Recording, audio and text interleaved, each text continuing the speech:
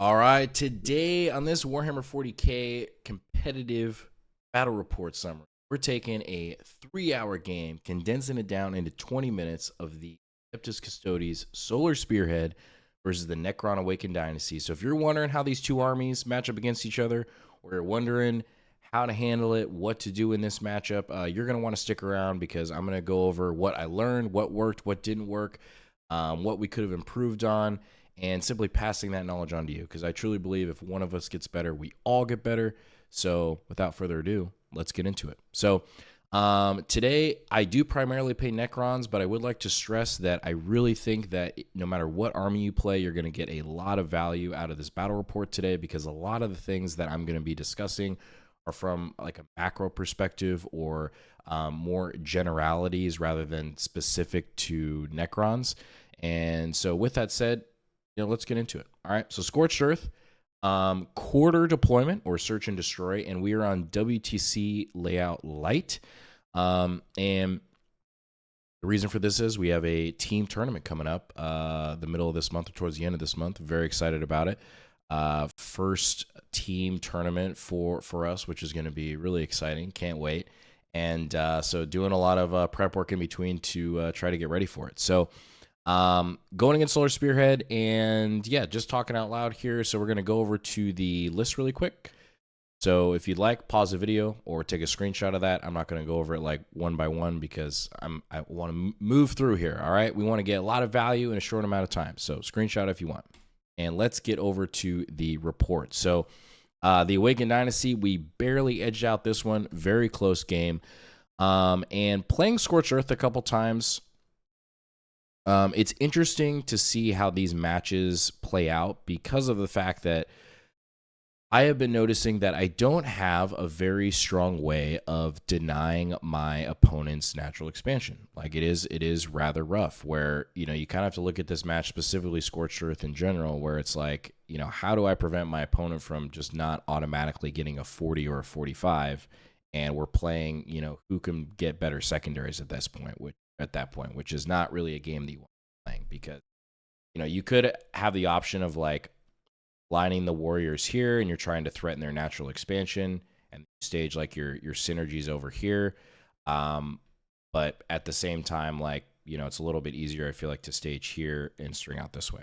So going into this game, I feel like I can keep even with him on primary, and play secondaries, I think, a lot better than Solar. And so I'm really trying to lean into this matchup going into it, because I know it's going to be pretty hard to punch through a lot of his stuff. This is going to be a really good matchup to really test as well what kind of damage I could do to something like this, because I don't have a ton of tank other than melee threats.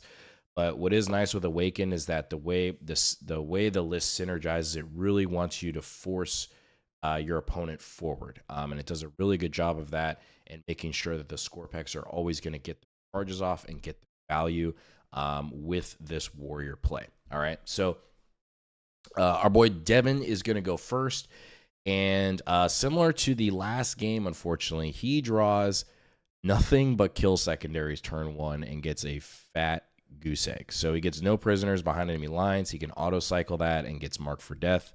And so it is going to be, unfortunately, a 0 on secondaries for him going into turn one. And I'm going to simply show you here what his turn looks like. So he's going to put one of his assassins right here. Got the Telemon moving up, and he's got a Dreadnought stage up here, and everything else is staged up behind this wall and passes it over to me. So basically everything's out of LOS. I don't got anything to shoot at. And we're going in the bottom of one. I get no prisoners and engaging off front. So obviously not really like an ideal pull either. We pre-measure the Scorpec Lord to make sure I can get him wholly within the quarter over here. So that's going to be an easy engage in all fronts for me. So we're going to hold this quarter, and this quarter. And then again, I'm simply just looking to stage up the warriors. Okay, so usually how I do it first is you're seeing these warriors here. I just want to make sure to simplify for my opponent, and just providing as much transparency as the requirements that I need first is, okay, how far can realistically the warriors go? And then also creating my bow ties, right? So we're creating a bow tie here, our triangle, and our coherency here, okay?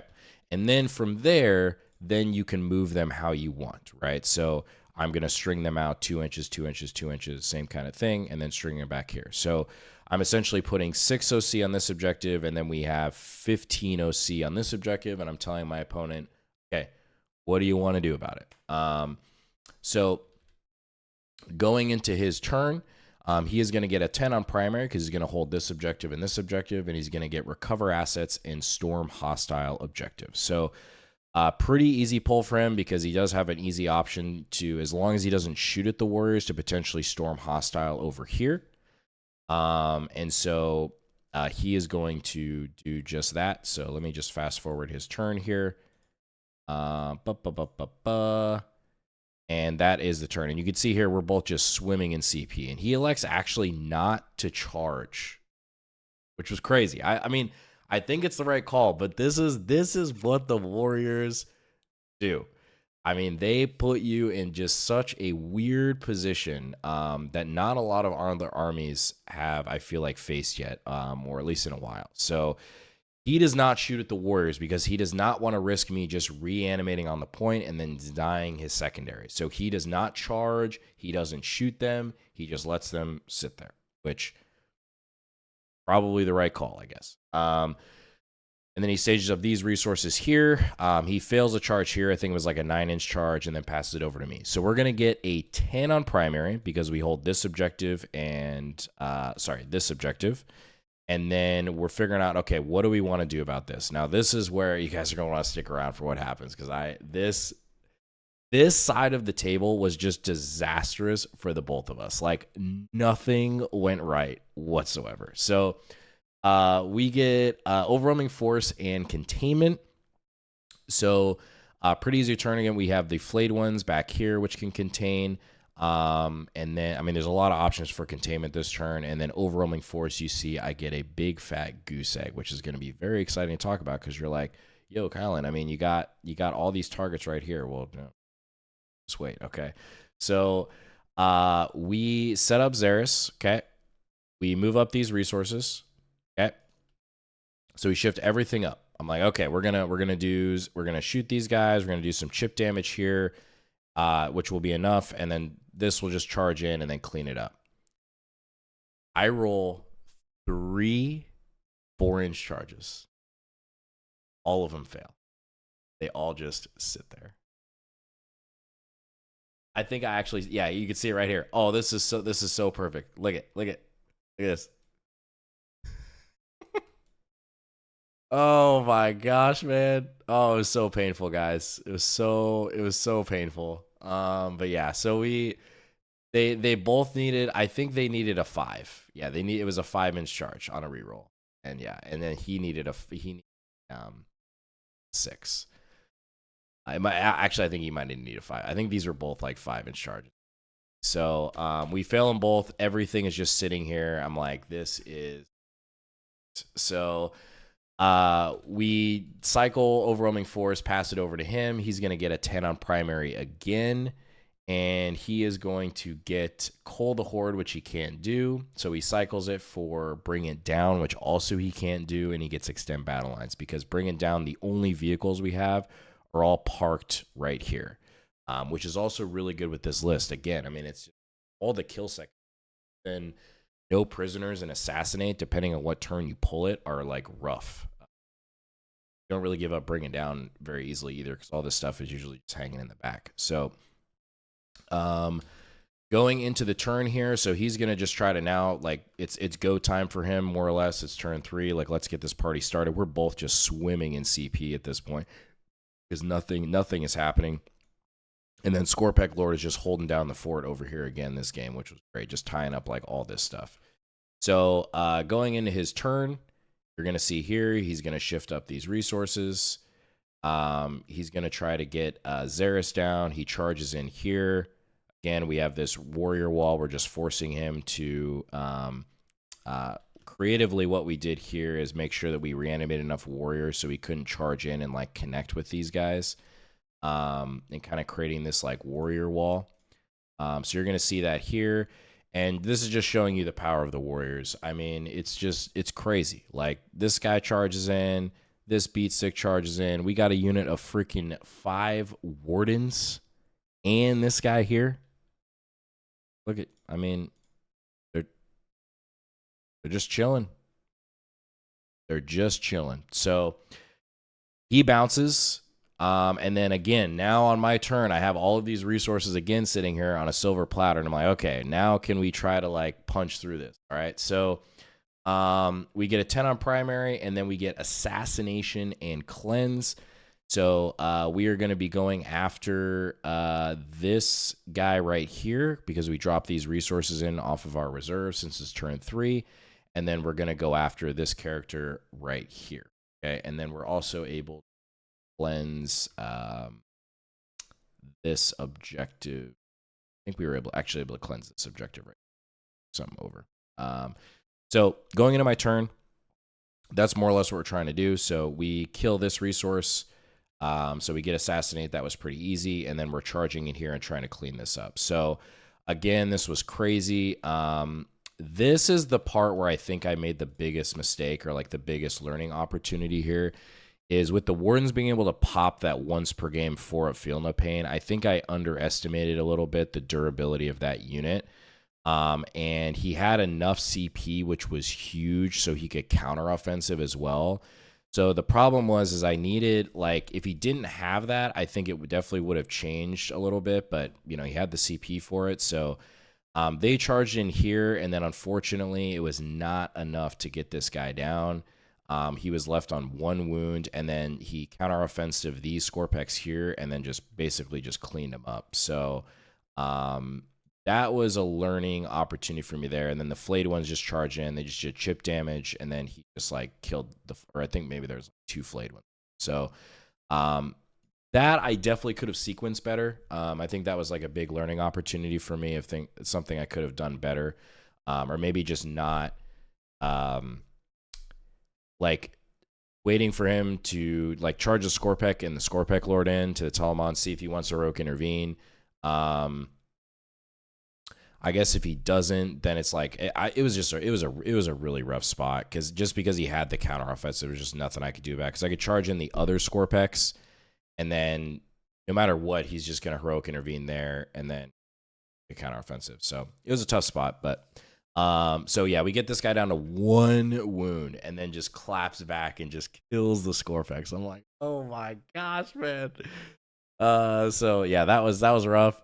And then going into turn, okay, so this is turn 4. He's gonna get defend and overwhelming force. Great pull. Can't interact with his home field. It was a friendly game. There was a couple mishaps here with his with screening, and I was like, dude, friendly game. I don't care. Just like move these guys over here because you don't want me to put like the hex mark there. So he did a good job. This is good practice for him, I think, in really utilizing these units where it was like perfectly spaced, where there's just no way, even with the hex mark, I could get an angle on it. That's WTC as well. I mean, these lanes are like really, really hard to pull off if you're screening well. So no way to interact with his home field.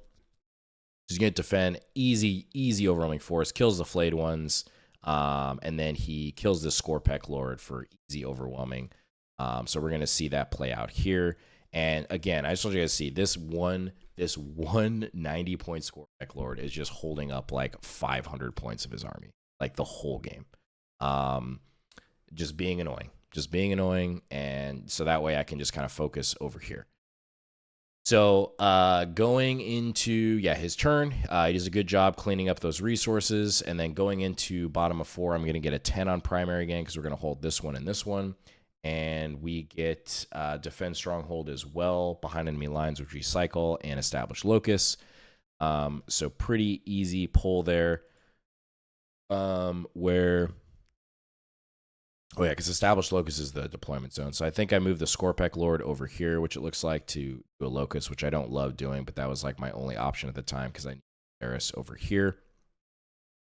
And you're more or less going to see that play out. And at this point, now we're like flooding the board. We got enough off the point to really start just auto-seeing him and taking control of the game. But still in the last turn, he's going to get a 10 on primary. He's not going to be able to burn, but he also does get Secure No Man's Land for 2 and Assassination for 5, which is a good pull. So he's able to kill that Scorpec Lord for that easy 5 points. And passes it over to me, and we're going to get Recover Assets and Secure No Man's Land at the end. and then that is the game more or less. So excellent game against the Custodes Solar Spearhead. I think a couple things to point out. I think the list with the tweaks, it definitely felt good. I definitely feel like, if I think I would have sequenced a couple things better, made some of those charges. I mean, how often are you going to fail 3 charges and just being able to get some of that stuff off the board early? I think it would have put me in even better, much stronger position. The list felt overall really good. I think there's definitely some play on Scorch Earth that I need to figure out in terms of how to interact with my opponent's natural expansion more, and if that means more deploying the warriors over here to harass these two, rather than creating the triangle here, rather than creating the triangle over here. So that's gonna be interesting to figure out because I could still stage a lot of stuff over here, and the warriors have the movement to go over here and harass this. So it'll be interesting, and it's nice with WTC because you have a nice launch point here to go after it, and I mean they have a nice launch point here for this objective, but at least if they want to get on it, I can still stage Scorpex here and go over there and just be annoying. So I don't know, that'll be interesting to test out and see how it plays. But overall 83-77 to the Necrons. If you stuck around this long, appreciate you watching. I'm gonna link 2 videos up top, and we will catch you on the next one.